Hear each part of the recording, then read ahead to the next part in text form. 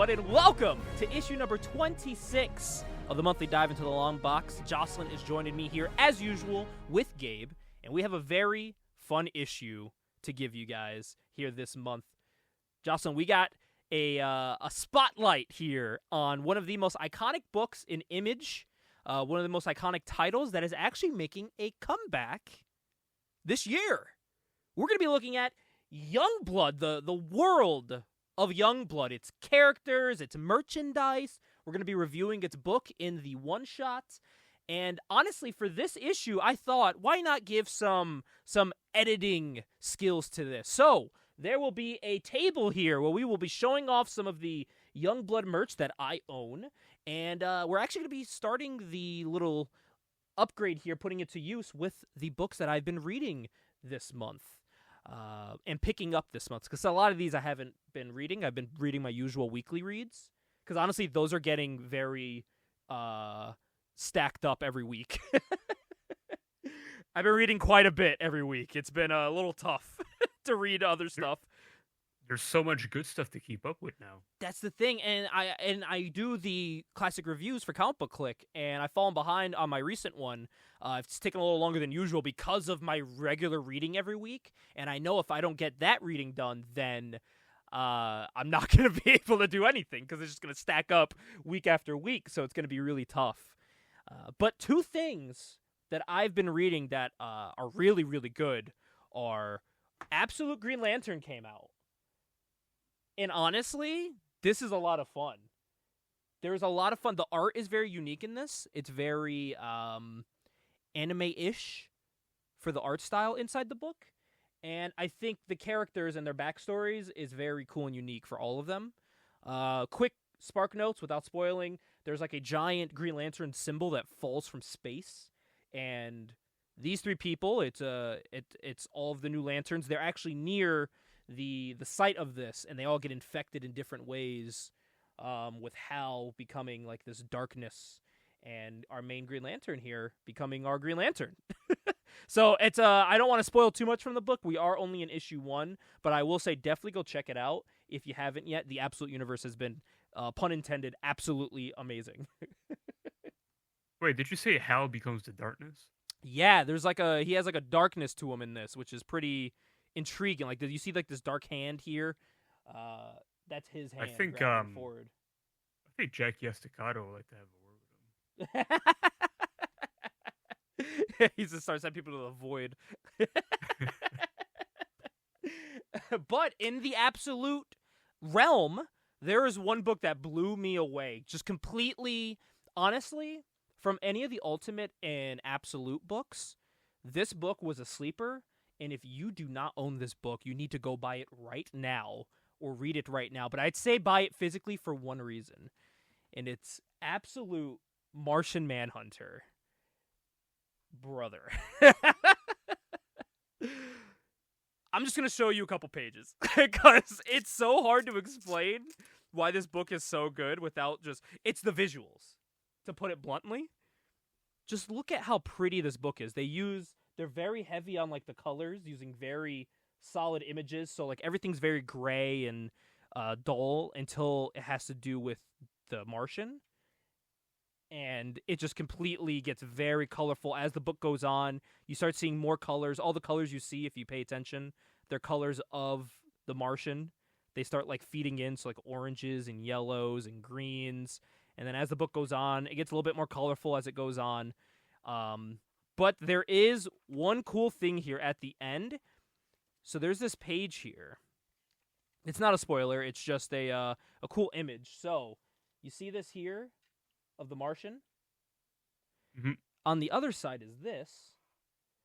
And it's so hard to show. And I don't have...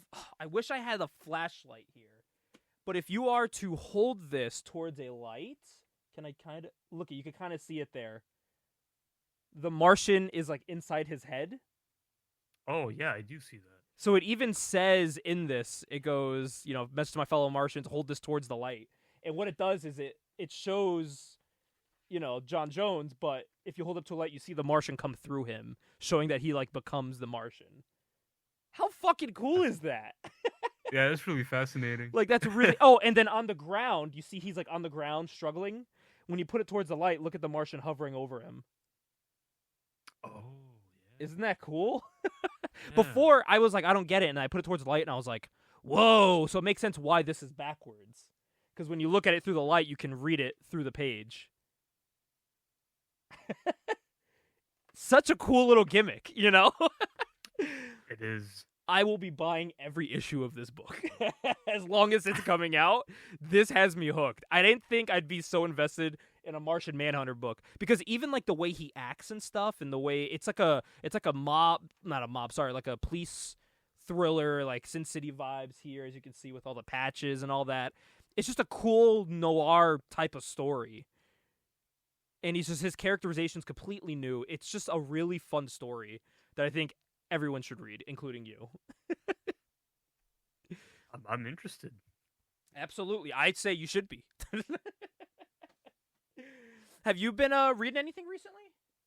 I'm still on my Ninjak Omnibus that I still haven't finished. How far are you into it now?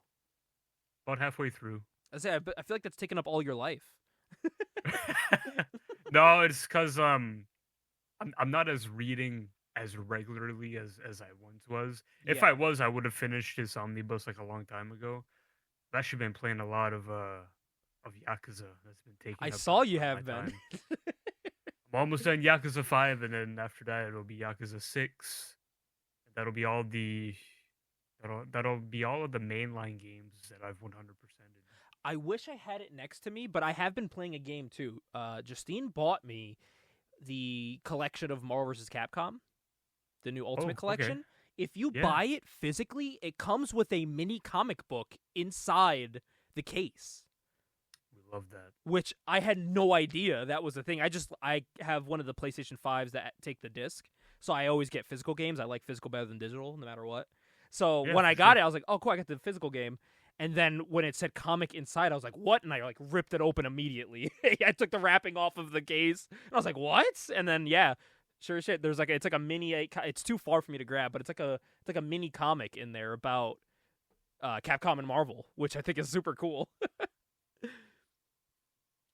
I like But when companies go the extra mile to do that. Oh my god, yeah, it's the best. And speaking of that too, when I was speaking with you off the show at some point, we were talking about how I found the Witchblade animated figures.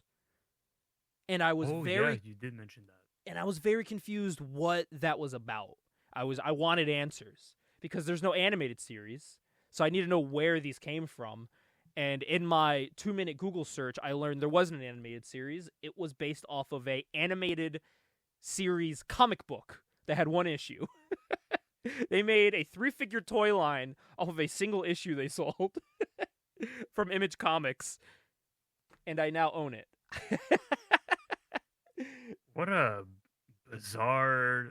Yeah, I don't know how to describe it, really. But I wish they made Witchblade's figure in this gear. It's not. It's her in her, like, regular clothes. So she kind of looks like how she looks in the TV show. Like, in regular clothes with the arm all crazy. But Right, I want her to look like Witchblade, you know? And if I knew they made the design for her... But the team on this is crazy. Paul Dini's on this, David Bullock, Darwin Cook, Jay Bone, and Lee Luridge. Like, this team is amazing for this book. Yeah. And I've been dying to dive into it and read it. I just had other priorities. After I do my review for Comic Book Click, I'm going to be checking this out to see what it's all about. I was able to get it for like dirt cheap online, like $5 or something. So, yeah, very happy to have this with the figures. I have the entire series of the figures inside their shipping box that they sent to like Walmart and Toys R Us back in the day. So yeah, very cool. I think it's just a cool novelty to have in the collection. For it's a cool relic of time, I guess you would call it. Yeah, honestly, like they don't really do stuff like that anymore for anything. So I think that's pretty interesting. Because anytime you get like a figure for something, it has to be like on TV. So I think getting it for a specific one-shot comic is such a weird, obscure thing that I don't think will ever happen again. Yeah, and a Witchblade animated show, I think would have That would've gone but so we hard. we did get a Witchblade anime. We Did did. get that. We Yeah. did. So every time I was Googling Witchblade animation or animated, I kept getting videos for that. And I'm like, Yeah. that's not what I'm looking for. I'm sorry. And then while I was looking through at another big shop we have here in Connecticut, I am starting to piece together my Electra series. And there was something that always intrigued me. When you go on YouTube, there's always the conversation of how, like, 9/11 changed video games. But you don't really hear much about it for comic books, like what it's changed in them. I know, like, companies did, like, their big memoir, in memoriam things for the towers, but when I'm collecting my Electra books, I realize the one I'm missing is this one here, which is a pretty interesting cover here with the towers on it.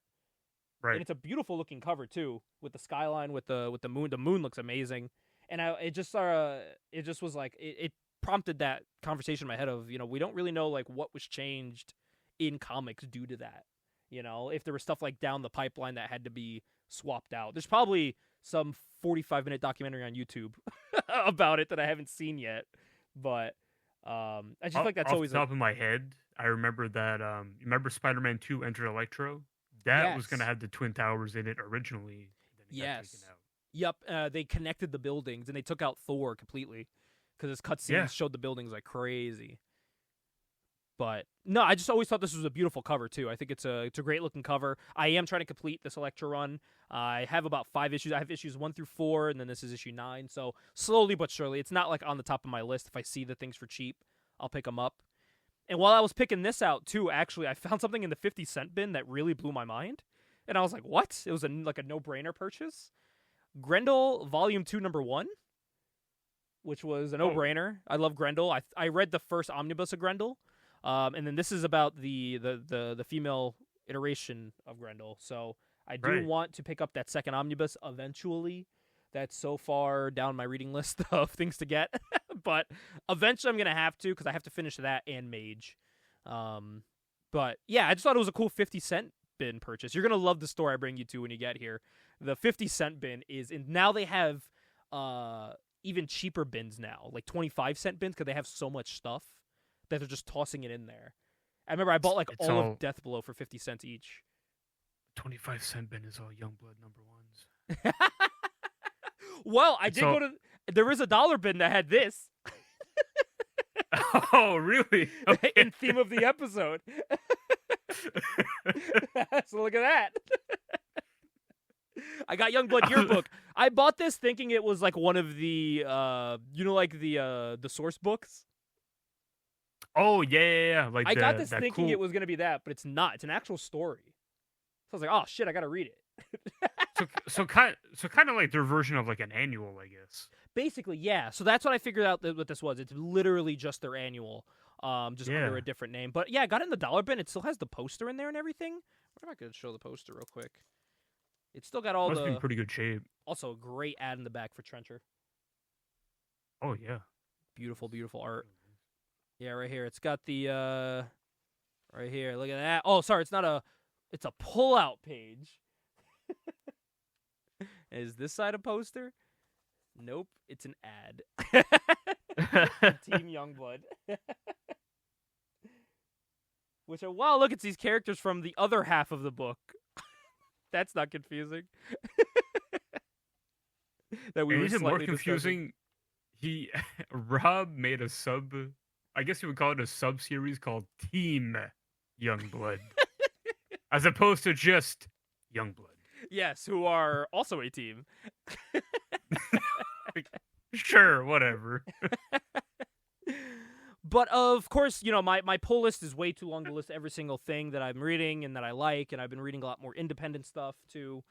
I've been, continuing with Steel Street. That's been a really good book, but this is kind of just the highlights of what I've gotten the past month. It's been I haven't gone to as many conventions this month like last time.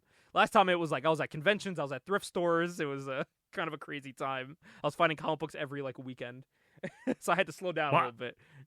I'm really amazed that they have 25 cents bins now. Yeah, it's crazy. Huh. A lot of it too when I was looking at it, because I was like, oh, I got curious after looking at the 50-cent bin. The 50-cent bin, it was just like stuff they didn't want to sort through. I think they just didn't want to go through the work of sorting through it, so they just marked it as 50 cents and threw stuff in there. But that's good for, from our perspective, that's good because you could probably find, I don't know, maybe a $10 book in there. Well, that's the thing. I already own Death Blow number 3, and I went to the 50-cent bin. They had Death Blow number 1 and 2. in there, and I just grabbed them immediately. A lot of like the Comics Greatest World books, they had a bunch in there, so I like basically almost completed that collection. So 50-cent bins are a godsend. I love those things. They're a comic owner's best friend. They really you never know are. what you'll find. And I would imagine it's great for finding independent stuff as well. Yeah, that's why when I saw Grendel's standing right there, like out in the open, I was like, well, I'm not just gonna leave that, you know?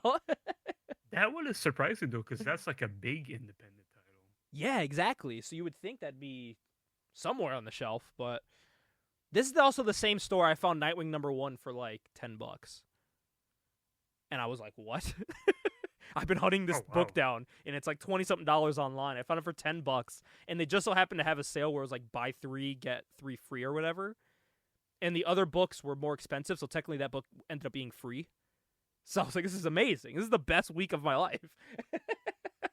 But what's the caveat? Like when you buy 3, does it have to be like a specific value? So what they'll do is, so say if you get 3 books, and the first 3 are like $6, and then you have a book that's like $10, $10, and $5. They'll charge you for the 2 10s and the 1 6, and then the 5 and the other 6 are free. You know. Okay. And then, but what happened was I had 3 $10 books that were like pretty. I got like Nova #1, perfect. Like the chrome on it looks really good, like the reflective. And I got something else. And it was like $10. I think it was one of. I think it was Dawn #1. I picked up Dawn #1, and for some reason it was $10. So I was like, they have it here. I'm just gonna grab it.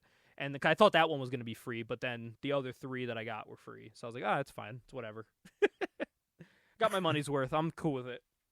Oh yeah. But anything else that you've been reading, or just Ninjak? Just Ninjak, but after that, after I'm done Ninjak, I think I want to try and read something more current. I would I'm gonna try at least. It's hard to tell. Like, it's hard to say something current. I would have to think about something to recommend if I was to recommend anything. I feel like I'm a horrible recommendation person because my tastes are all over the place.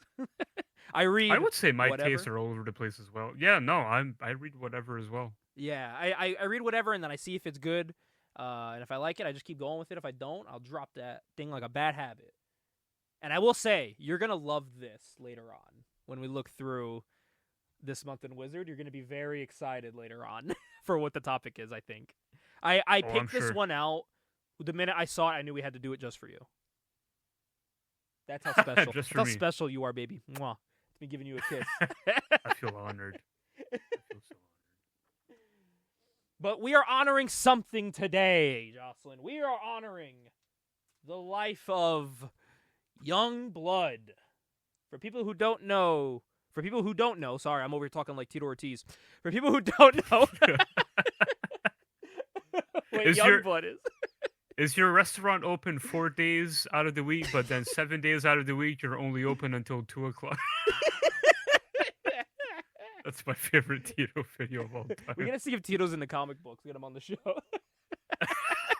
Maybe Tito can teach me how to chop an onion. So we are gonna be looking at the revolution that was Youngblood back in the 90s. Even though they may have had backward calf muscles. Both legs. Yeah, honestly. Youngblood was something special, though. People look at this book now, and it has its flaws. We've changed so much in storytelling over the years, but even at the time, people had their thoughts about this book, you know. But that being said, this was a game-changing book. This is one of the core release books of Image Comics when it launched. It has one of the most famous names in comics, whether you like him or not. He is one of the most known names in comics, and he makes sure that you know his name no matter what. And I got to say something, though. I don't have a bad thing to say about Rob Liefeld. You know, he does have his flaws when it comes to art, but so do I. So I have I can't say anything to him about that, you know. I can joke around about it, but at the end of the day, I could not do this. So... you know, but I think Youngblood as the brand, though, away from Rob, as a brand, is something cool that I would like to see again with a comic book. Because this thing, from what I've heard, because I wasn't alive in 1992. I was a wee twinkle in my parents' eyes at that point. I came 5 years later. But at that time, it was everywhere. Like, Youngblood was a hot thing to get pumped for at the time, you know? It's had promotion for things that we haven't seen really in other comics besides maybe... No, I think that's really it. I think the 90s was kind of that peak of promotion time for comics, right? Because I feel like nowadays it's not... Does it get any better than having Eazy-E go up to you and be like, hey, man, big fan of Youngblood. Want to shake your hand, get an autographed copy. Like, it doesn't really get any better than that when fucking Eazy-E goes up to you. Can you and tells you how much of a fan he is. Can you believe the exact words we read in this? Eazy-E also read. That's crazy. Isn't that crazy? That's crazy. And Rob mentioned on Instagram, I want to say like about a week ago, that he was actually talking to Easy about creating a comic book with him called The Hood. Really? And it was like a rough concept that never got off the cutting room floor because Easy died, prematurely. Yeah. So, dang, that's actually pretty upsetting. Yeah, I thought that was fascinating because I was like, even if it was bad, I just would have liked to have seen an Easy comic book just for the sake of it. I would have loved to have seen what they came up with. Yeah, it would have been interesting. Honest. Well, we're talking about all the promotion for Youngblood, so I thought, why not start with trading cards? Trading cards are a dime a dozen. They're everywhere. Everyone has trading cards for everything now. I mean, CFG had their own trading cards, for Christ's sake. But Youngblood's first series of trading cards is actually pretty lackluster, I must say. You're going to be seeing some similar images here, my friend. Don't mind my X-Men one over here. If you look at these cards, these are just screenshots. I was going to say, they're just stills. They're just panel stills. That's from issue 1.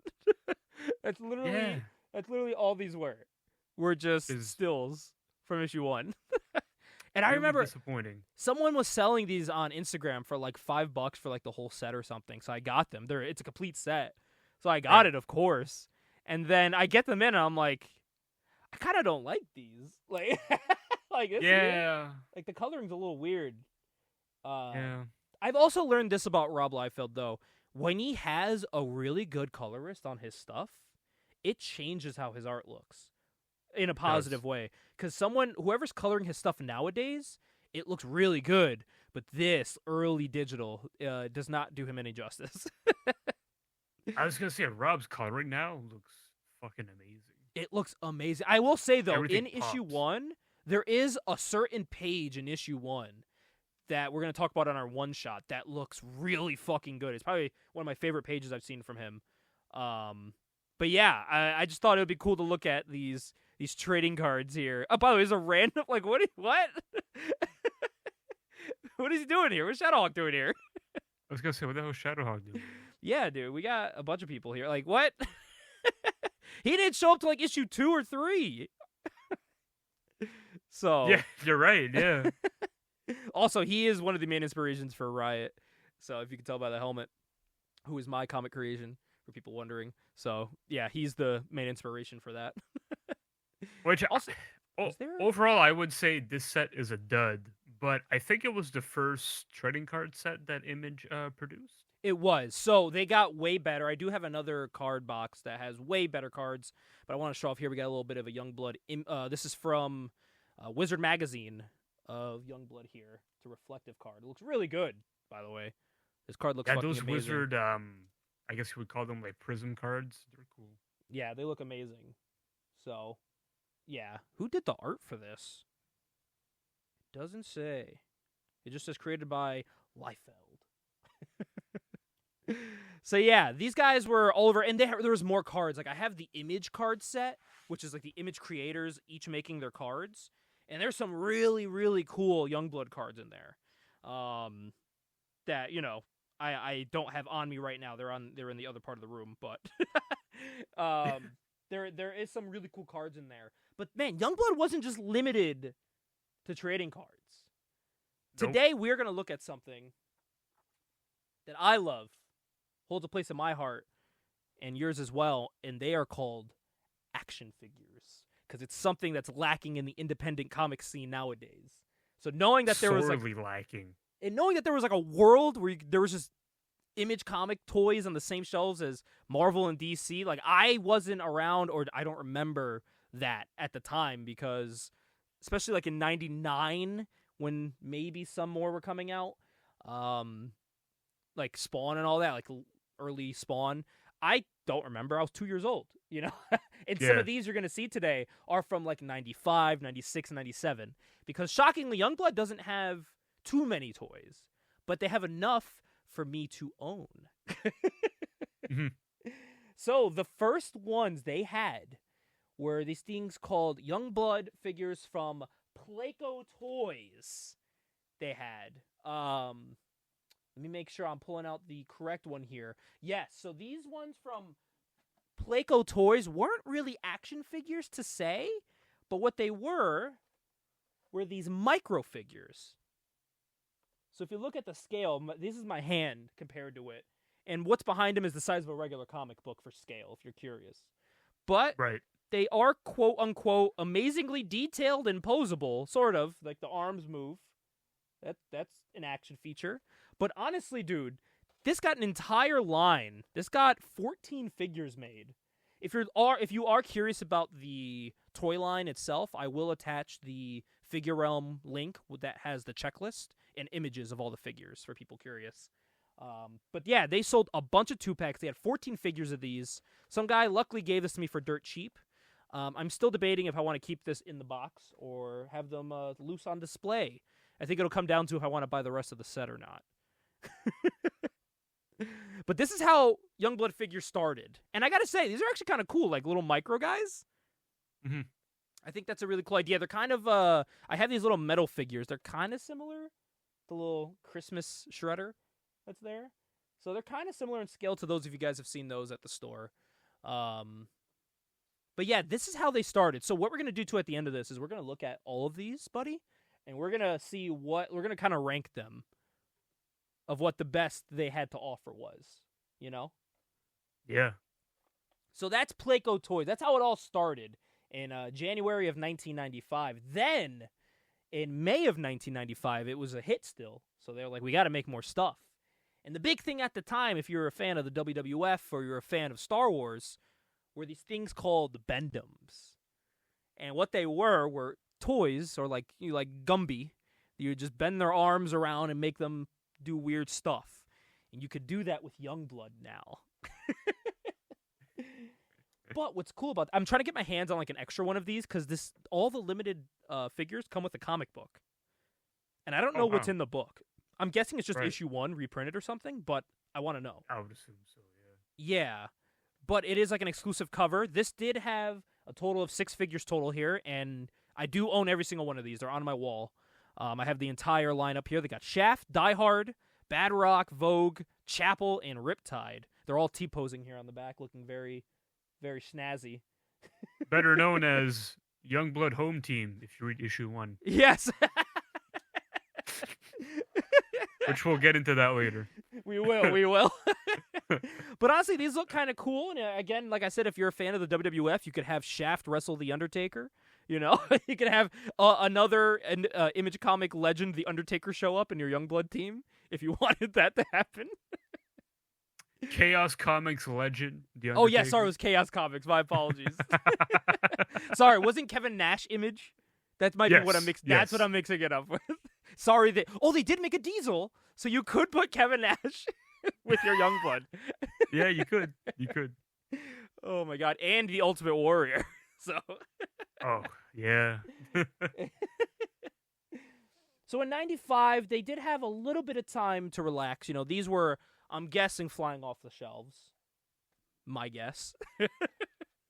So along with these, you know, when you're buying these books and all that, McFarlane comes onto the scene and he's like, I'm making toys now. I want more money. That's what he basically said. And McFarlane said, I'm going to make toys for my friends, back when he did that. And they sold... Doesn't do that anymore. He does not do that anymore. They did sell 6 Youngblood figures, okay? 6.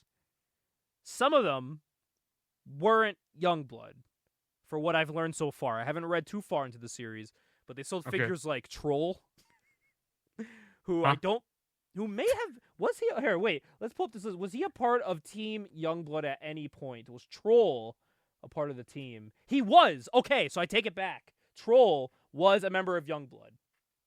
Don't sue me. I don't mean to give false information. But I was able to get my hands on one of these figures. And luckily, it was actually a pretty fun one. It was a 2-pack with Mother 1 from Wetworks. Yes. It came with Shaft and Mother 1. And this like is our boy here. I like the packaging. Yeah, it's very cool. Very cool. I will say I did keep the packaging because I want to show you here. So these are the figures that come with Youngblood. We got Die Hard, who seems to be a mainstay in these toy lines. I think because he's the most coolest looking. We got Crypt. Very, to quote Hawkins and Ryder, very toyetic. Very toyetic. We got Crypt. We got. I will say that Youngblood looks fucking cool. Youngblood looks visually speaking. The whole team looks really cool. We got Sentinel back here. We got Dutch. Dutch is actually still present day in books. He just had a miniseries recently. And then Shaft, who you're seeing here, he's got this cool little like arm swivel. So you make him like shoot his bow and arrow. And for some reason at this time, Todd, he doesn't anymore, but he was thinking of the kiddos, right, when he was making these toys. So look, he's got this right here. So he can take this and fucking pew. Shoot his bow and arrow. So that's kind of cool. Right. I was going to keep them in the box, but the minute I saw the toy action, I was like, well, I got to fucking open it. We are going to eventually have to do a Wetworks one shot. Talking about Wetworks 100%. I'm looking forward to that one. I now own 2 Wetworks figures, so. Right, and yeah. I remember I saw this 2-pack once at the same store that sold me those 50-cent books. Not the wrapper, but the price. And Go. It's your comics. And I remember seeing this 2-pack there, and I wanted it. I was like, oh, this is cool. And they were selling it for like $6. But for some reason, like, my dad wouldn't buy me it. It was before I had like a full-time job. And for some reason, he wouldn't get me. I was like, it's $6. Like, what? You can't spare $6. I know I'm broke, but you have a job. You can't spare $6 for me? So it was cool. I was able to go into. I did not pay $6. I paid a little bit more for this, but I actually got these yesterday. I was able to go to one of my local stores, and they had it on the shelf. I knew they had Troll. I was trying to get the Troll one because he's funny and he's really tiny. But they were like renovating. Of course, the one time I want to go and buy their fucking figures, they're renovating. So it's all blocked off. So I was like, fuck, I came over here for no reason. And as I'm walking away, I saw this there. So I was like, yeah, I'm going to buy the fuck out of it. Perfect. Perfect for that. I was like, and it's Shaft? Perfect. It's great for the episode. Goes with the other figures on here. And honestly, after this, man, they kind of died off in toys. They sold these in 96. They sold their 6 figures. Didn't get another series. Todd got a little stingy when it came to money. And we didn't get another wave of Youngblood stuff. Which is a shame because in 97, like from 97 to 98, Alan Moore actually takes over Youngblood. Yes, and I was going to say, 97 was actually another good year for Youngblood toys because we got another toy line, kind of. There was a toy line called Awesome Toys. I'm pulling it up here now. I sadly do not own this. I wish I did, but I don't. It was a Youngblood line, but the Youngblood line was just 3 action figures of Shaft in different colors. That's ridiculous. It was Shaft in red, Shaft in blue, and then Shaft in white. That is all it was. And so you can see here, it's going to show on the screen for people at home, but this is what they look like. You had Shaft in blue, Shaft in red, and then him in white. So this isn't by Todd McFarlane. This is by Rob Liefeld. This is when he created Awesome Comics, and he created a toy line called Awesome Toys. I own 2 figures from Awesome Toys, and one of them is Finding American. So I've shown that on the show before. I was But gonna they say, do, so he made one of Fighting American, and I think he made one of Spice, right, as well. yes, and Prophet. He had like Prophet, and Profit. of course, there's like different versions of Prophet you can get, like an all white, of course. He loved doing that. But yeah, Well, I he's mean, a like, prophet. He's got to dress up in all white. I also find it funny though, like he didn't make his main character Badrock in his Awesome Toys line, which kind of blows my mind. It Like, that's blows his my guy. mind too. And people like Badrock. I learned that when I prompted the question publicly for people. It seemed to be a general consensus that everyone likes Badrock. I was gonna say he's probably the most popular member of Youngblood. I would say. Oh, and this is an image here that we're having Jocelyn look at here. It's the 2, 4, 6, 8, 10, 12. This is the whole line here. So it's 14 technically because there's 2 different versions of Badrock that they sell in different colors. But this is the whole line here. It's literally just the whole team up that they sell of everybody. So you can honestly buy this and just have the whole lineup. And honestly, I kind of like these the most. Because they're very accurate to like how they look in the book. Like, yeah, they're not super detailed, but I think they're pretty cool. And you can like have a bunch of them and they don't take up a lot of space. Especially for someone my age now that's almost 30 and has limited space. It'd be cool to have like a bunch of little mini guys, you know? Yeah, and I mean for a sealed set, you could do worse than 55. Yeah, exactly. And $55. You could do yeah, worse than that. for the entire series, and they do come with like all the packaging is different for each. Mhm. They all have like a character from that set on it, which I think is pretty cool. So now we're looking at these. So you saw the Awesome Toys one. Awesome Toys Gabe, was I'm mad that Mhm. Todd never made a Chapel. Chapel's my guy. I think Todd did make Chapel. Did he? I think McFarlane made Chapel. It was a part of the Spawn, The Spawn line. but it was Okay. Bald Chapel, I think. Yes. It was Okay. Bald Chapel. He mean, never that made. works. Did he make Like it for flat this? top. Did he make Flat Top Chapel? I don't know. I don't think he made Flat Top Chapel. Just Bald one. And Rob never did, even though Rob owns the character. Rob Yeah. created Chapel. That's so weird. Is there like any other Chapel? Like the mini one has Chapel with the hair that they sell right here, but I don't know. Was there any other Chapel image action figure? Was there any other? No, it's just like the Bendum. We got the Bendum too of Chapel. Oh, the Bendum, yeah. Yeah, but that's like really it. Yeah. Another guy, very toyetic. Shocked that there's no other ones. Yeah, it just looks cool. I think especially nowadays, Todd's not going to make another Chapel after the whole dilemma with having to change the backstory. We're probably not going to get a Chapel from him. Yeah, no, it's not gonna happen. But I will say, Rob Liefeld is back in full form. He does have a new toy. There is a new toy company making Rob Liefeld figures that I do own one of. It's just on my shelf. It's a little far away. But we do have a Youngblood character in Blood Wolf. And these figures look they are amazing in person. They are just as amazing. I know you're looking at this one here now. I have Bloodstrike. I have his figure, Cabot Stone. I own his. Here on the left. Gabe, dare I say these might look even better than if Rob partnered up with McFarlane. They look. I am so happy he didn't partner up with McFarlane and they went this route. These are a little bit more pricier because it's like a third-party company making it. But Sure, yeah. I'll happily pay the extra like $20 for this. Because I think it's worth it. And the stuff you get is fucking insane, dude. And the quality of it is amazing. Here, I can actually grab it really quick. Like in 2 seconds, I can show you what this looks like. Okay, as you can see, it took a little bit more than 2 seconds.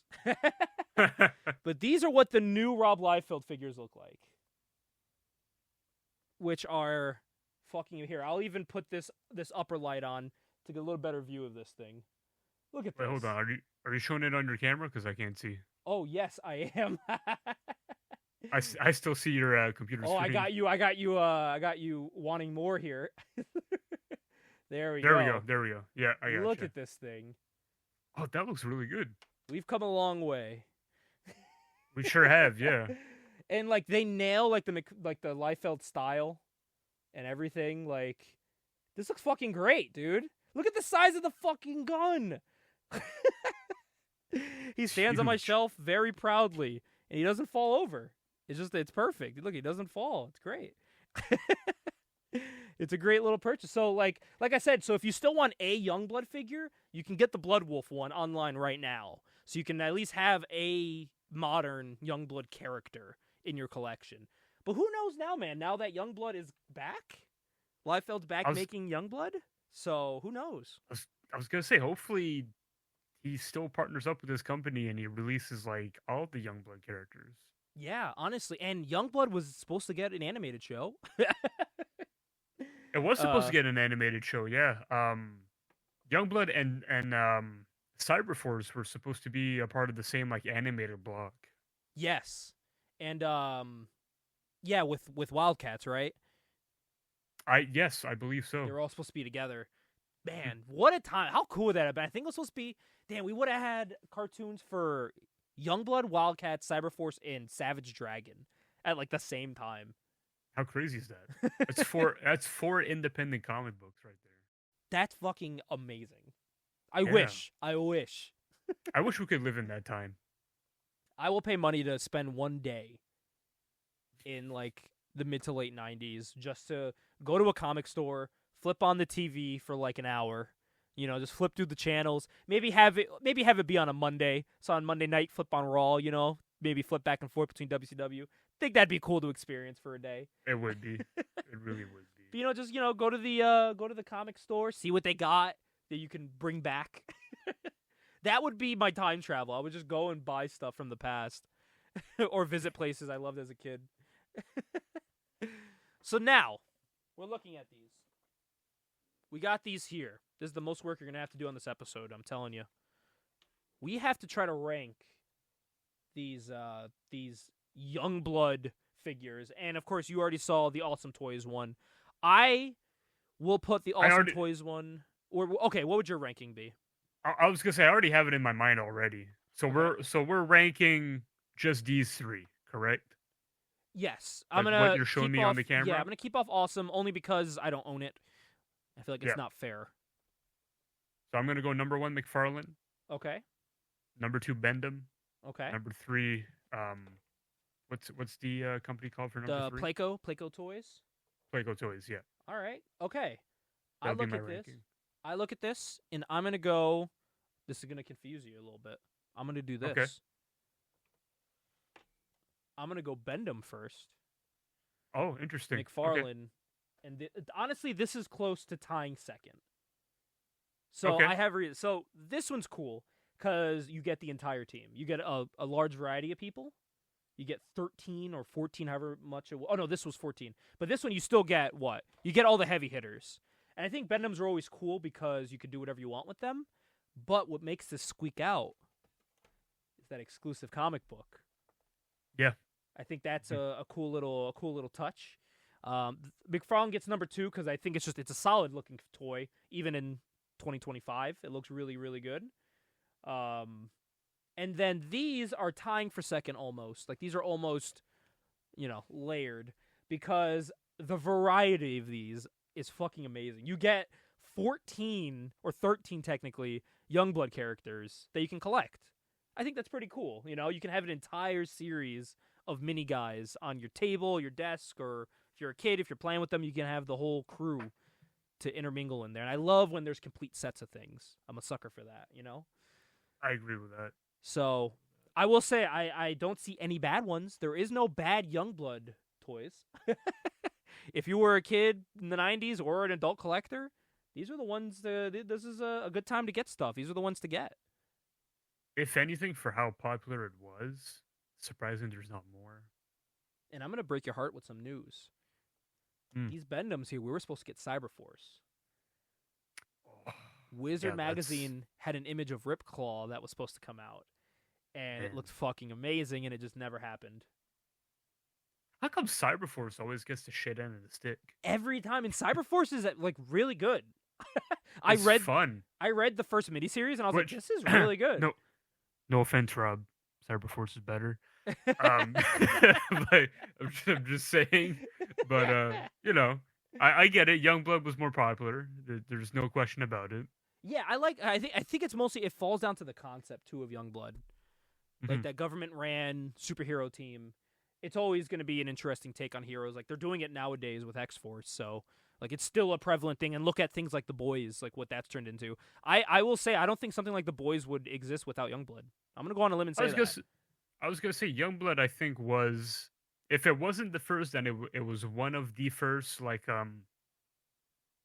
one of the first, like how you would describe it, like a superhero being treated as a celebrity type Yeah. of deal. Like they would appear on talk shows and people would, like, praise them, hail them as celebrities. You didn't really see that in comic books. No, and I think that's a really cool concept that I think Yeah. even today still works. You can still do it. And honestly, I think a Youngblood show taken seriously, like The Boys, kind of, where it's not over the top extreme like that, but I would like to see a Youngblood show where it is taken very seriously in like a serious modern world. But instead of highlighting, the big action and things like that, you could include that, but have it highlight the characters, I want to know It's like funny what you say Shaft that, is struggling with outside of being a hero. I think that's cool. because I think that Rob was talking to Netflix, I guess, about incorporating Awesome Universe in some Oh, that would have been capacity. so great. And that was like 2 or 3 years ago. So I I don't think know that would have whatever been came more of of a that. hit than the Millar universe that they tried to do. I think Yeah, and I mean, Awesome I Universe would I, have I been better. like I like Mark Millar, but something about those adaptations didn't really pan out, I guess. No, I don't know no. how to describe it. I will say the only thing that maybe compares to Youngblood nowadays, it's gonna sound crazy when I say it, but Berserker, because there's like modern appeal to Berserker because of the big star on the name. Because think about it, a lot of these like any guys from Image at this time period were celebrities. The way Youngblood is portrayed as like these celebrities, that's how these guys were treated. Liefeld, Mhm. McFarlane, Jim Lee, like everybody, Larson, all of them. They were celebrities. Like we were talking about earlier with Eazy-E. So, but you look at Berserker, you have Keanu Reeves making that book, or working creatively on the book. But that is another independent comic book that is getting live action adaptations in progress right now. They are currently working on an animated adaptation. McFarlane is making Berserker toys. Berserker has all these other statues with other companies. Like, there's all this memorabilia for Berserker that isn't really for any other independent comic. So, if you had to find like a modern comparison, I think that would be it, honestly. You know what's funny thing is like you're talking about Berserker, and in my head I'm like, Rob has a comic book called Berserker too. That's like his anime style one, right? Like the black and white book. I don't remember, but he has a team called Berserker, I'm pretty sure, and like the leader of the team is called Jackson Kirby. Oh, really? Yeah. Oh man, because there is. Oh, okay, no, this is the one I'm thinking of. I've never seen this before. Berserkers. Yep. Berserker. Would you like some making? Fuck Berserker. It's for Berserker. I think of that song. Oh wow, this book actually looks pretty interesting. Oh, this is another case of like really good coloring on his stuff. This looks really good. Yeah, especially for a '90s book. Yeah, it looks really good. I'm thinking of Liefeld posted images of an anime book, like a manga, an anime book. What the fuck am I saying? A manga. A manga. I meant to say like anime style, Yeah. but like he posted it on Twitter, and it fucking blew me away. Because like we're talking about like coloring for Liefeld and how it makes his art look good, but this is just a black and white book with only minimal coloring, being red for blood. But even then, like what he doesn't do in blood is all like black. And dude, look at this. It looks really good. It looks Like, pretty cool, actually. it may be some of Liefeld's best art is for this, Yeah. his manga that he's working. Yeah. It's a profit manga. It's so cool. I wish he went forward with making this. I think a profit manga would have been very cool to see. I wish too. Those content pages look really good. Yeah, and I love the black and white. Don't even add color. Just leave it. Leave it black and white. You know? Or if you're gonna add color, like you said, just red for blood. That's it. Yeah, exactly. Have it be very minimal. But yeah, man, if this is the route, like look at the detailing on the beard. If this is the route that he went, oh my god, amazing. He has like Jim Lee level detail in this, which is crazy. Which is crazy to say that about Rob. Yeah. But and what's cool about manga is that like manga doesn't have to be perfect. So like if you look like the arm's a little wonky in these two, but Yeah, the exaggerated style of it works. You know, it does. like Yeah. at the same time, it flows well with the cape going the other direction, and it works. It works really well when you don't have to be perfect. So I think that's very cool. So give us more manga books, Rob. That's what I'm Honestly. saying. So, yeah, man, I think the memorabilia surrounding Youngblood is very cool.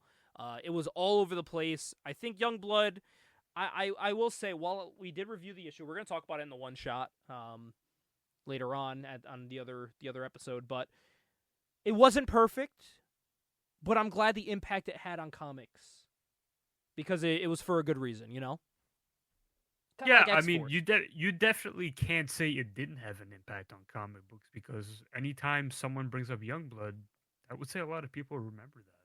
Yeah, exactly. And when I actually went to a forum page that I am on all the time called classiccomics.org, and I presented the question to people asking, like, what is your favorite memory about Youngblood, the brand? Like, if you were there, what was it like with this giant now that you have in front of you? And people were it was mixed, of course. I mean, as you're gonna expect, you know, there's gonna be mixed reactions to Youngblood because people are gonna look back at the story and what came after it. But I was looking at more of what was the feeling like at the time when it was coming out, because there was a lot of hype. When I'm looking through Wizard magazines, there's so much stuff in there about the hype for Youngblood. You know,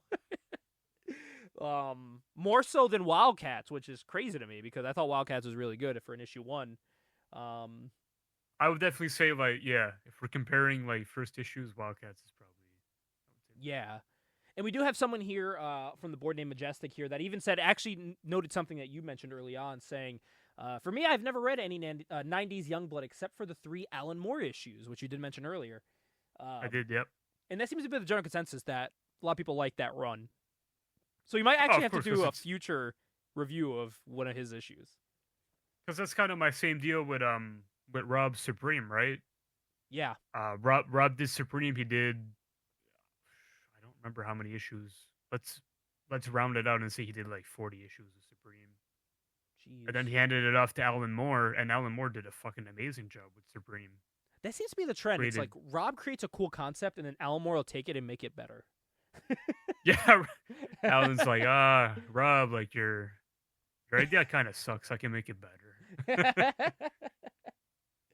And Rob's Yeah, like, please do.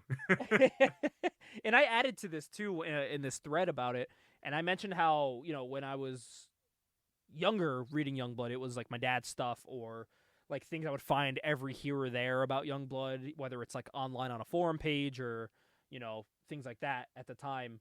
But it did help me as a kid growing up, seeing like all these crazy, colorful characters that had all these unique looks and powers and abilities, kind of like the X-Men, but it was not, you know, it was different enough. But it also helped me to create characters even currently nowadays when I look at who I make. You see some connections between a lot of the 90s-ish characters I make and a lot of the Liefeld Youngblood creations. Yeah. So, I did see that they are. You said Rob was working on, was it reprints? Okay, so here's the deal. Basically, what Rob is doing is he's taking all of the first. So as of now, the first issue got remade. Like it got recolored, it got rescripted, everything. And he's doing the it first issue got rescripted? and recolored. Oh, I want to compare it. Yeah, so I read both before we got on the pod. I read both, and there's a big difference. Really? There's a big difference. Even like in the story, there's a big difference. Because Rob is not just writing it by himself. He brought on Joe Casey as well. Oh, wow. Joe Casey, who one of the co-creators of Ben 10, also did a bunch of stuff with X-Men. Also did a lot of Wildcats from what I remember. Really? Wildcat? Yeah, did a lot of Wildcat stuff. So Joe Casey's been in the industry for a long time, and he's also been working with Rob, I think, since like 2008. Oh, wow. So they have like a long standing history with each other. But Yeah, so Rob remade, rescripted, redid everything on the first issue. And if you check on League of Comic Geeks, Oh, as I do, whoa! I see some images from this book, and it's like completely different. yeah. So if you check on League of Comic Geeks, Rob is going to remake up to like the fourth issue. Oh, really? That's Up to cool. like the fourth issue. I don't know if he's going to continue because I think the first run had 14 issues. Is he going to do the whole run? I don't know. I would like to see him though try to do the whole run. That'd be cool. That would be really cool. It would be cool if he could do that and then I'll release it as a trade because I I don't also think there's any Youngblood trades anymore. They're long out of print. I also like that the pages are so open that you can just completely change every piece of dialogue and it still works. I was gonna say so like when you read or when you'll have time to read like the first issue that he remade, they completely changed the dialogue. Yeah, I'm Completely. flipping through it now. I won't forgive them for getting rid of. You nail them and we jail them. Yeah, They got rid of yeah, it. they got rid of that. Damn. Oh man. See, But it's okay. hard not to look at the comic and say, "Man, you know what? Yeah, it looks better." Oh my god, It's hard not to say that. This confuses me even more because it's the way it's sorted. It's sorted this way to this way, and not this way to this way. Yes, I Oh know. my god, Jesus Christ! That's something we'll talk about. Yeah, hear us complain about that on the one shot coming in the next few days on our YouTube. Oh man. Oh, I want to read this now. This is cool. I didn't know he did. I read this. the whole thing. I read the whole thing and I enjoyed it. It looks a lot more coherent. And you know what's cool is that in the first issue, they did a prelude to the Berserkers team, and they tied it all together with Youngblood. Oh wow, they even like sorted pages differently to make it make more sense. They like mixed in the pages from the front half of the book and the back half, and they like mixed them together to make more sense. Yeah, That is interesting. Okay. Okay. It looks more coherent. I'm gonna check this out after the show. This is really cool. I need to get my hands on this. This is awesome. it can't be too hard to find. Is this like sold in the stores? I don't know because they did mention something about. I saw his Twitter was talking about like an exclusive. You can only get it online through order through him, and then like you won't be able to get it for like ever or something. Is it this that he was talking about? I hope not. Let me see. Youngblood Deluxe #1. Oh, it is in stock. Oh, I can buy it right now. Oh no, just kidding. Image Comics website always tricks you because it says like buy now, and you can't buy it now. Stop lying to me. Okay, you can get it online. I'm gonna try to get my hands on the physical version of this because I want to have it physical to compare with the physical of #1 of the OG. You know. Oh, maybe. Oh, I'm gonna head to my local shop tomorrow. Maybe they just have it in stock. Maybe I gotta go check. It would be worth asking them because I think the comic just came out like 2 weeks ago. Yeah, I'm gonna see if they got it. If not, they're gonna be ordering it for me for sure. Because that is cool. That is I didn't know. I didn't even know about. I don't know why I didn't know about. I knew about the relaunch that we're getting in 2025, but I didn't know about this. I see. I like this because he knows that he grew and matured as a story maker and artist, knowing that now he has good connections with people that can make his stuff look really good. Exactly, and I like that Rob has enough humility where he's like, "I'm gonna bring someone on board to help me write the story."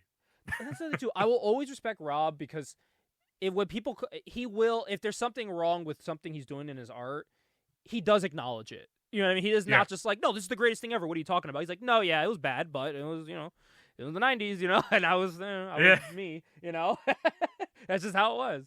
So he's not going to like that. He's never one to be like, no, what are you talking about? This is the greatest thing ever that I made. It can never be changed. So I like that he's very much open to doing stuff like this where he can make stuff better. I think that's cool. Rob is very much, it was the style at the time, Man, I would love to see a remaster because I started flipping through and I'm so excited to read it of Death Watch. No, not Death Watch. Oh my God, I'm drawing a blank right now. Hold on. Death Blow? Death Blow. No. Thank you.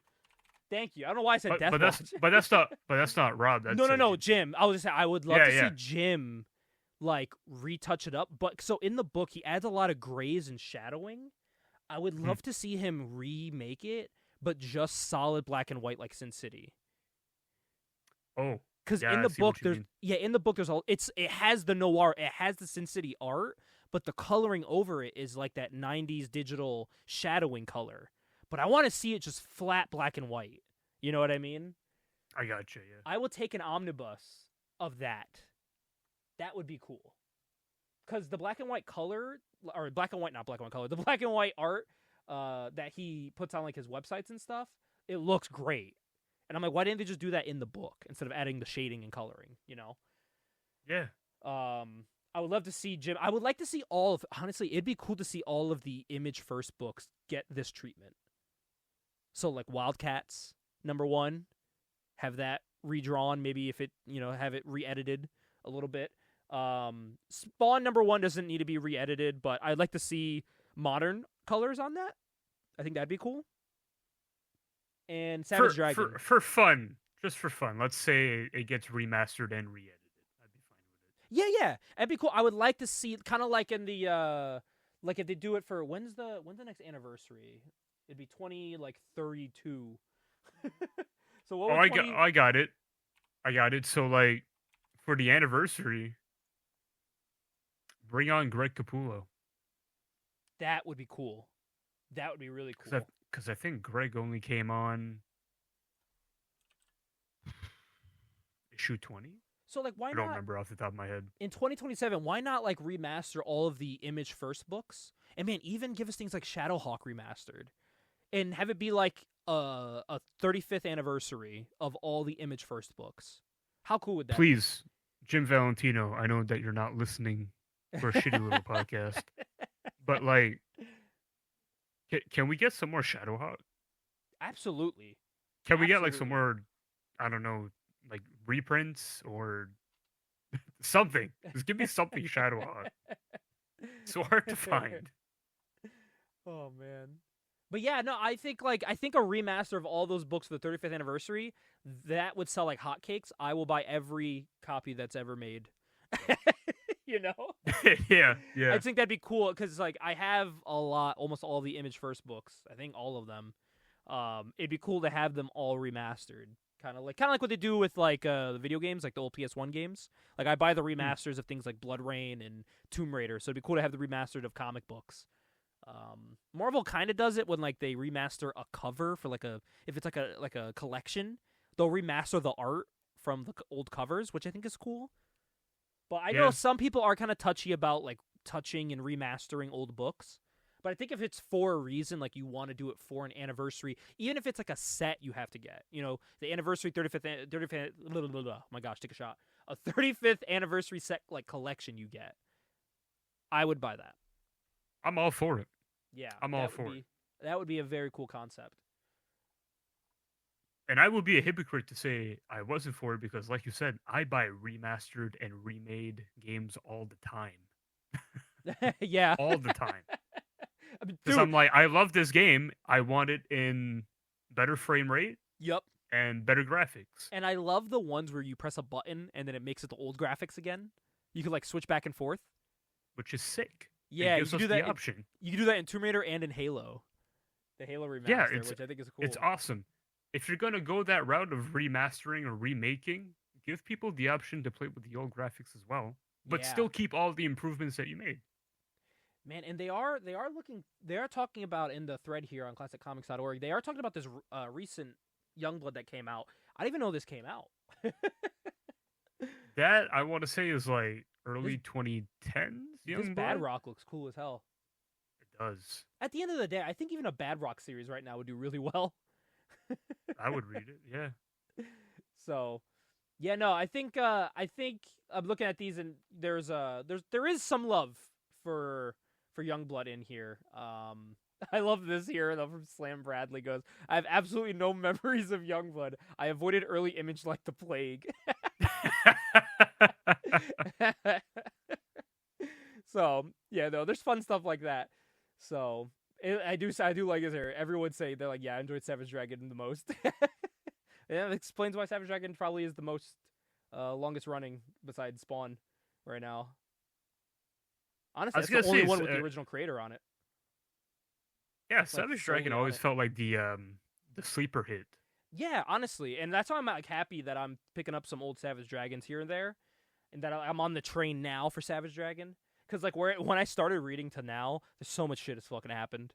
You know what I mean? So much stuff happens in each issue. It's crazy. So it's insane. But yeah, no, I think Youngblood does have a space in everyone's hearts. So I thought, why not take a look real quick at the roster for Youngblood? Because shockingly, I thought Youngblood was a lot smaller of a roster than what it actually is. By the way, there is a great image here from the new series coming out that looks fucking great. I love this cover. That was cool, and hey, you can tell just by that image that Rob's art got better. Oh yeah, absolutely, absolutely. I will say there is one image in issue 1 that really fucking threw me off, and I can't wait to talk about it.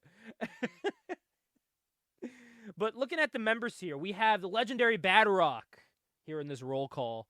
Battlestone actually got a series not too long ago. As you can obviously see from this picture here, it's a more modern looking image. Yeah, he got something recently, which I think is pretty cool.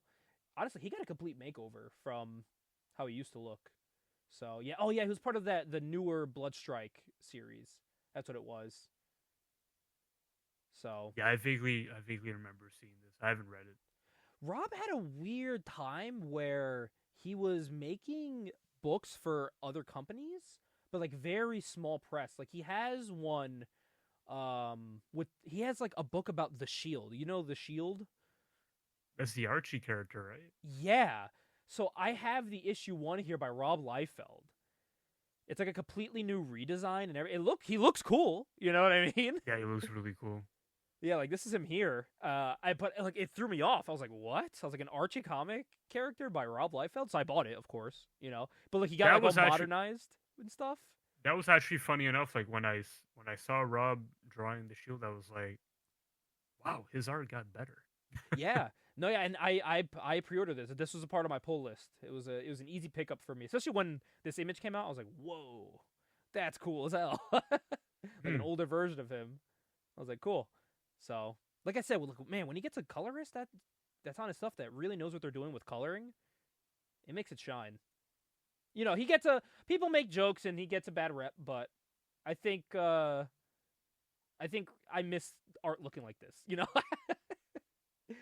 I miss the unique art nowadays that we don't really get a lot, except for, you know, there's some guys that stick out like Dan Moore and stuff, but yeah. So yeah, going back to this this list here for these for the Youngblood team, we got Big Brother, adopted son of World War II hero Waxman. Leonard Doyle uses heavily armored robotic suits as the Youngblood team member known as Big Brother. Next on this list here, we got Bloodwolf, who I mentioned earlier, who has an action figure now that you can go out and buy. Bloodwolf is a crass bounty hunter who travels space looking for his next hunt. Wolf gives Paulie D a run for his money in hair gel. Man, there was a guy, I have to look it up after the show, that he was a part of, like, by the way, 90s Bloodwolf. It was crazy. It was cool as hell. There was a guy that used to go around like on a traveling clown show. Not a clown show, but like a traveling whatever show, whatever they're called. Traveling circus, who had hair like that, and he freaked me out as a kid. Forget Shaft, we have Blue Shaft, who filled in for Shaft on Youngblood. Filled in for Shaft. Oh, that's he's very Shaft, helpful. but blue. If you look at he's literally just Blue Shaft. That's it. That's all he is. That's crazy. Oh man, that's funny. By the way, look at the credits for that run. Rob is only doing covers. How strange is that? Yeah. Like, I don't think, like, he's not listed as interior, right? Okay, it says artist, but It's him and someone else. Yeah, John Malin. Sorry if I messed that up. I Yeah. apologize. Hmm. Yeah. Damn. But that's still interesting. Blue Shaft. It's my favorite. Brahma is next, who's a giant brute who actually shows up in issue 1. Yeah. On whatever side you read first. We got Chapel. Chapel, of course, everyone knows Chapel. He's got this cool skull on his face. For people that were born many moons ago, he was the man that killed Spawn, but then wasn't. If you watch the animated show, he was the one in there. They got him in, which I still think is really cool that they got Chapel in there. I'm very glad that they got Chapel in there. Closest we got to a Youngblood animated was Chapel showing up in Spawn. Did Youngblood show up in anything else? I think Youngblood showed up in Savage Dragon, I think. Oh, probably, yeah. Savage Dragon cartoon. I think they did. Oh, did they? In the cartoon? Oh, man, I don't remember. So I remember them showing up in some cartoon. And I don't remember which one it was. Maybe it was just like was there like leaked footage of the cartoon? There might have been. Maybe that's what I'm thinking of. Yeah, see, look, if you go on the first YouTube link there, I think there was like animation cells or something. Yeah. Damn, I could have sworn, yeah, this looks really great, though. It looks really good. I could have sworn they showed up in someone else's show. I could be 1,000,000% wrong, though. Yeah, Someone made like a modernized Youngblood. That's pretty cool. Next on here, we got Colonel Bravo. We got Combat, who makes an appearance in issue 1 as well. Cougar, who also makes an appearance. Not a hot woman, that's a mother. It is just a superhero named Cougar. and definitely not Wolverine. Yes, Okay, definitely not Wolverine. Definitely not Wolverine. 100% not Wolverine. I will say who is my favorite character out of Youngblood, Die Hard, who also had a great story in Super Patriot. They had a great connection, which is cool. I think is probably the coolest looking character. Doc Rocket, Rachel Richards, was a part of Youngblood. This was in the late 90s, if I'm correct, and I think I know why. Delonte Murray. I'm not sure, actually. I think Doc actually shows up when Robert Kirkman takes over Youngblood. I think I could be. I'll check in a second. Dutch. Yes, that actually happened. Robert Kirkman did take over Youngblood, which I think is great. Yeah. Man, I don't know what's stopping Kirkman from getting some of his friends' characters in Invincible. I don't know either. I don't know what's stopping. Like, I don't know. Like, there's probably no beef where you can't have Savage Dragon show up. Like, come on. Like, bro, you guys not only work in the same company, you guys are both executives. Like, what's going on? Literally. Like, I don't know. And I mean, like, Mark's mom's, like, her therapist, her husband in the book is Super Patriot. So it's like, I was so pissed when they didn't do that. When they introduced her, I was like, oh, they're going to bring Super Patriot in. And then they didn't. I was like, fuck. That's such a piss off, man. Dutch is it's probably one of my favorite looking characters. He did, like I said, he got a recent series as recent as 2023. So he's still active and getting books, which I think is very cool. Obviously, they modernize them and make them look all old and stuff. But I think it's pretty cool he's still getting books. Exit is another one. Derek Rowland has the power of teleportation. What a great name, too. That's actually very clever. Alexander Graves was the former administrator of the Youngblood program. During Judgment Day, he shuts down Youngblood when it is revealed he is Night Saber's father. Spoiler alert. Spoiler alert, yeah. Judgment Day is actually the Alan Moore arc. That's what he called it. Oh, is it? Yep. Hatch, who looks terrified in his pictures, a member of the Black Ops operative. Jam, it looks like a speedster. Pretty cool. Johnny Panic, most unfortunate superhero name ever. Last name is Panic. Oh, man, the awesome cover of Youngblood looks really cool, actually. This looks really great. Oh, it's an Ed McGuinness cover? This is Liefeld.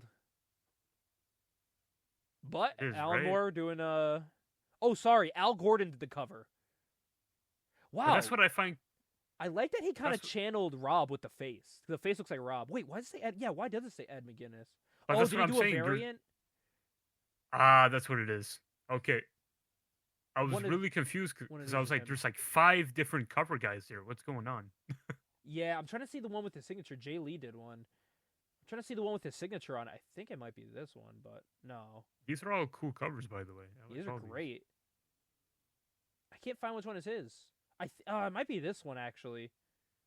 I don't know, but They're all cool. I like all yeah, those. very cool. I gotta try to get my hands on more. I've been trying to get my hands on more awesome books. I got like Coven #1. I gotta get Supreme from Awesome Comics. I'm trying to get like the #1s for those. Yeah. Kiever is the liaison agent between Youngblood and the U.S. government. Night Saber is another member. Link looks very cool. Is a telepath. Lightsaber was kind of like their he was like their Gambit type of character. from what Ah, yeah, I can remember. tell here from the staff and all that. He's got like the energy, kind of like Gambit. From what I see here. Oh, I have seen this guy before. Yeah, this dude looks dope. I've seen him before. Yeah, he's cool again. Sorry, I skipped Man Up.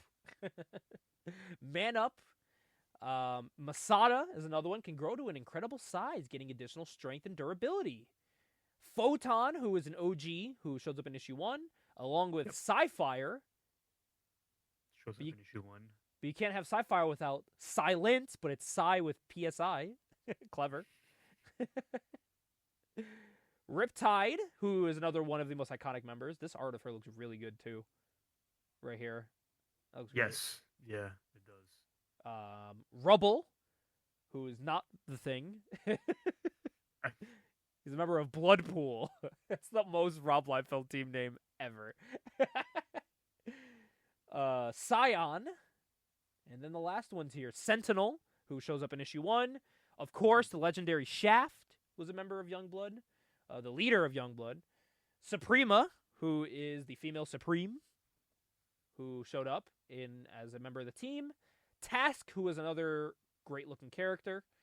Like I said, Task is a very... I love that helmet. There's something about the Liefeld helmets that I always loved. It's probably why I draw them all the time, like characters with these helmets. Yeah. Like they logically make no sense, but they look cool. Troll, who's also, again, not Wolverine. Just Definitely not. Do not get them confused. 100%.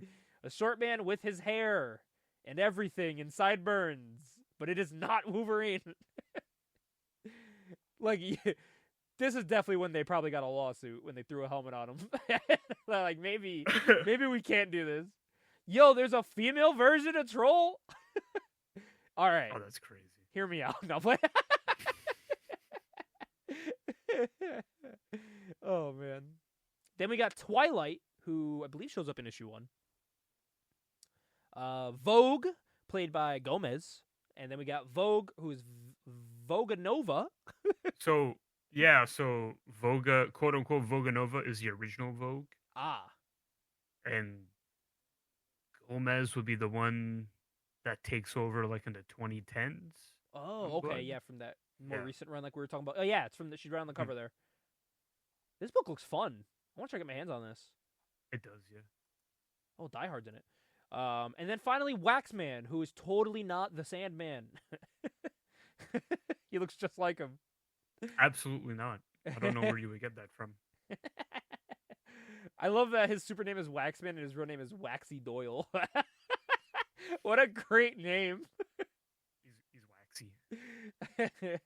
This is Waxy Doyle. Another Alan Moore creation. So, I do like that Youngblood has like all these different members, kind of like the X-Men, which is very cool to me.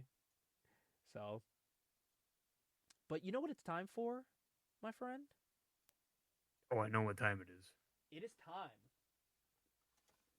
for this month in Wizard Magazine. We got a fun one here. We're looking at April 1998, Wizard Magazine issue number 80.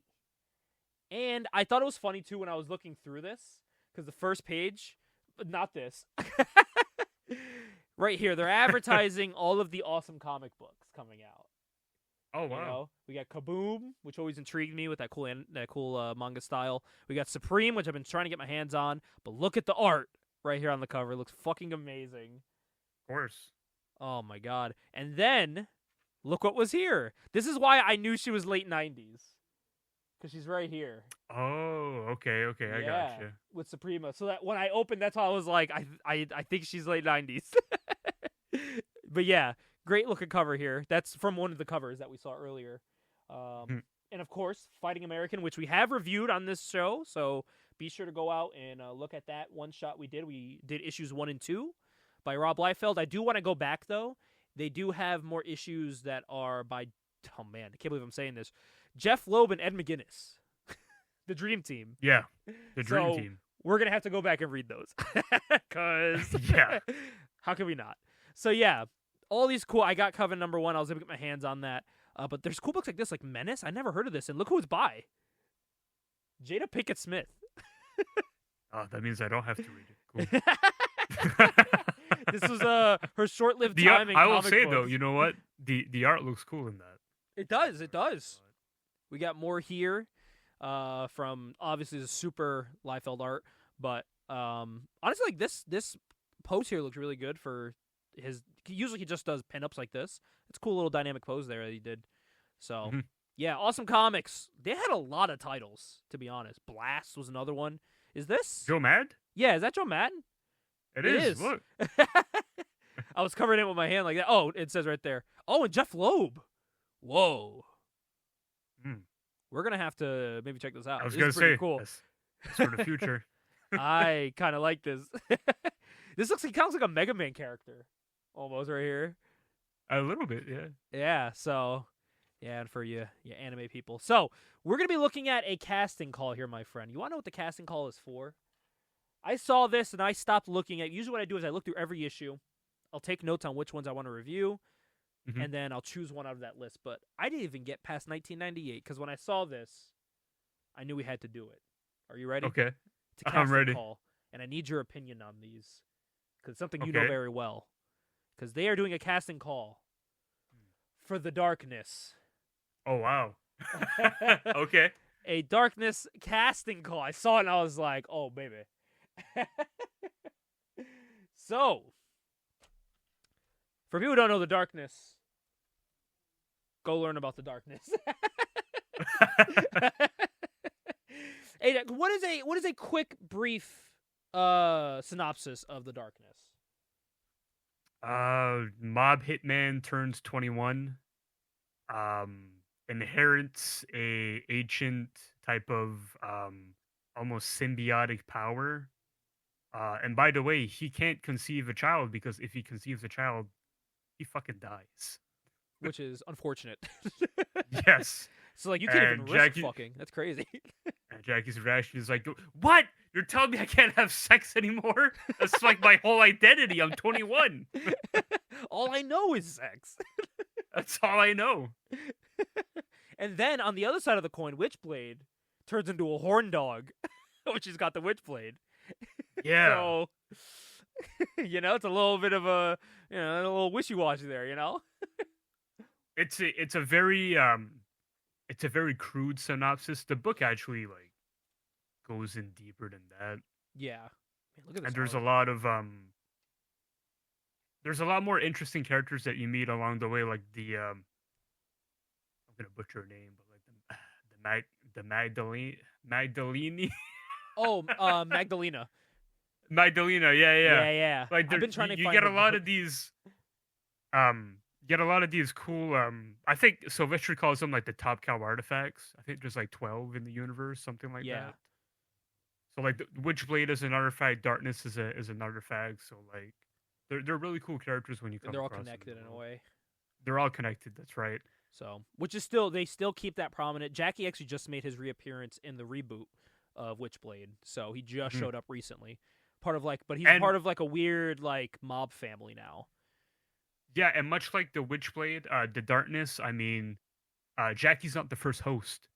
There's been many other hosts before, and what's cool is they that all fucked and died for both Essentially, for both the Darkness and Witchblade, they make these kind of there's like a sub-series where like they will actually go back in time and cover like the other host of like the Darkness and like the Witchblade. You know Oh what I mean? wow. Yeah, so like I read those for like Darkness and I was very intrigued by it. I thought they were fun. Oh man. Well, we're gonna look at if they were to make this a series back in 1998. So we're gonna start here with Jackie. Jackie himself. They said they would have Thomas Ian Griffith play Jackie Estacado, and I gotta say he looks like him. You know, looks enough like Thomas him. Ian Griffith, pretty sure he's Terry Silver in Karate Kid. Oh, is he? Yes. Oh wow. He's the make his knuckles bleed. Oh, I like that. I'm gonna use that one, Johnny. That's him. Johnny's Yeah, fanboy. he's Thomas Ian Griffith's a really good actor. I like him a lot. Next here we have Frankie the Don Franchetti. They want none other than Danny Aiello to play him. Danny Aiello, holy shit, that's a name I haven't heard in a long time. I haven't heard that name in so long. I'm gonna be honest. I've Yeah. heard of Danny Aiello, but I've never seen his face. It's a name I haven't heard in a long time. To play Jenny, they wanted Sophie Marceau or Marceau. She's French. She's a French actress. She is most known from things such as Braveheart. If you guys have seen Braveheart, so she's also in The World Is Not Enough and Quantum Love as recent as 2014. So Jenny in the book is kind of like, so she's a bartender. She's known Jackie her whole life. She grew up with Jackie her whole life. They've been best friends their whole lives. But Jenny's always had a crush on Jackie. Oh, really? But Jackie's never.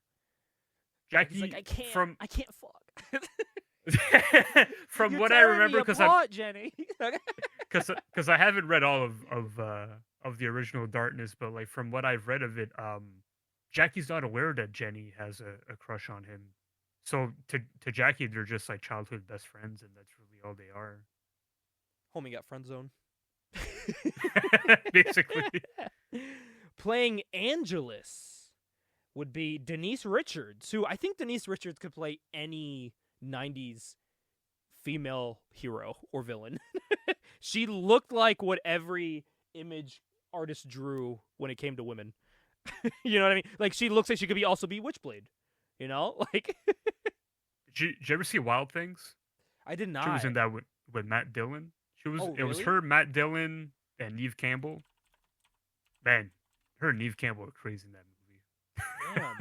I've never seen And I that. mean that in a good way. Dude, I don't even know if I've ever seen it. Dude, she kind of looks like in that movie, she looks like she could play like a Fathom character.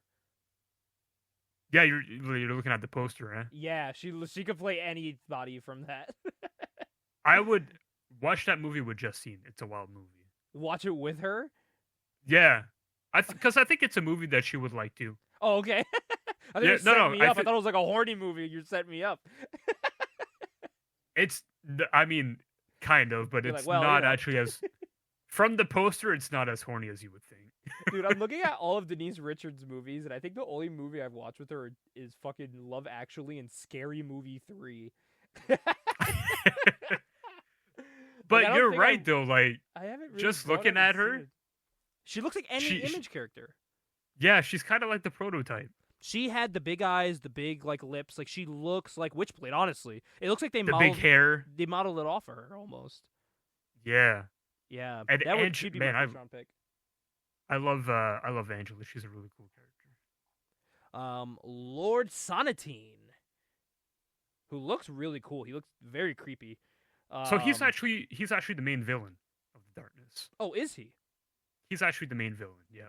Well, they said it would be let's see, F. Murray Abram is who they wanted to play him.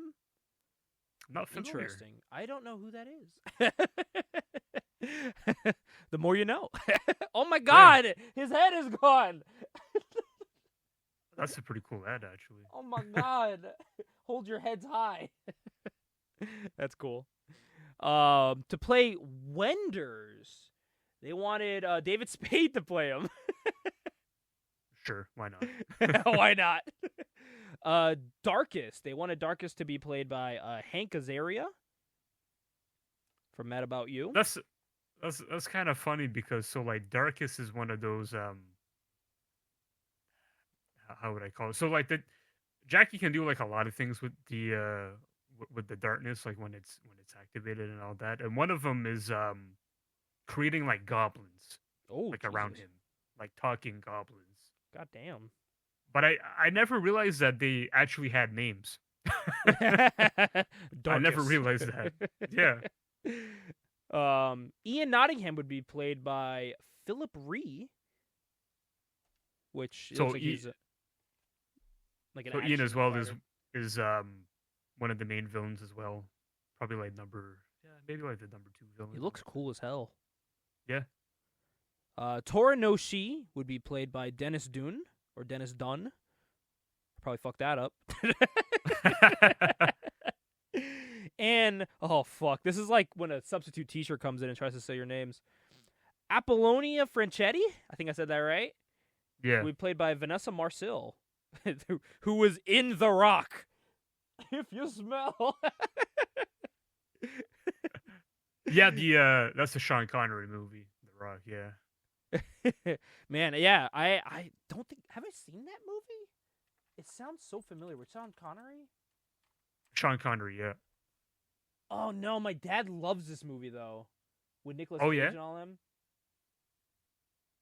Vanessa Marcil. What is she doing now? Nothing. She looks the same. Jesus. I want to age like some of these people, dude. I mean, it's probably plastic surgery, but I was gonna say I'm not familiar with her, but like physically, but that's a good casting choice. yeah, I she will go with looks the same. So you could still cast her in this role.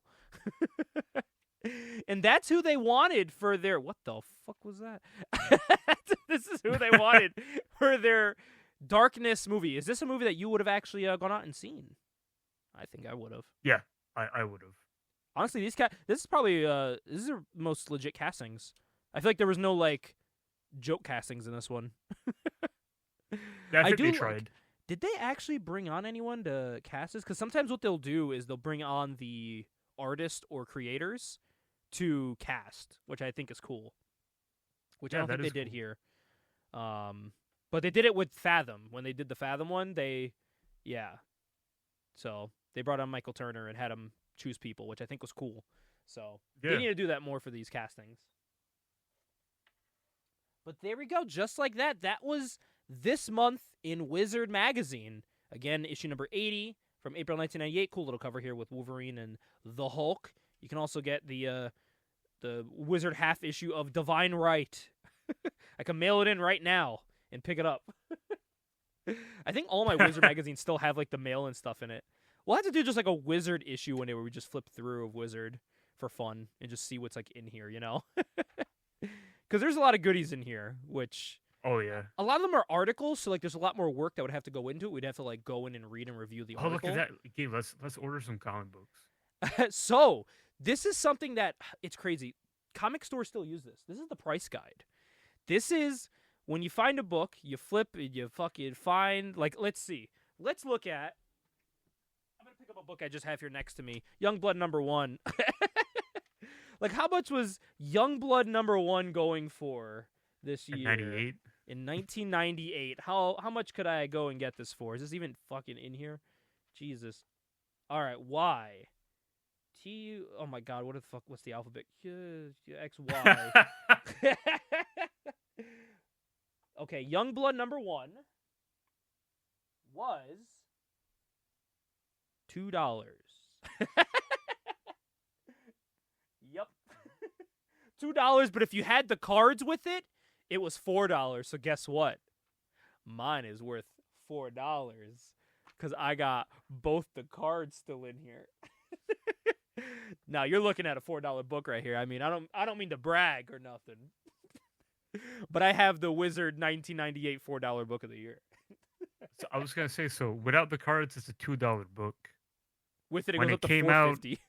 When it came out, it was $2.50. So really, like, if you don't have the cards, you're actually saving money. Yeah, literally. Oh man, I can get a hot $5 bill for this.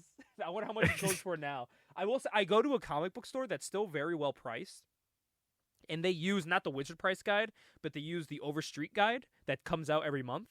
And they'll fucking just, or is it every quarter?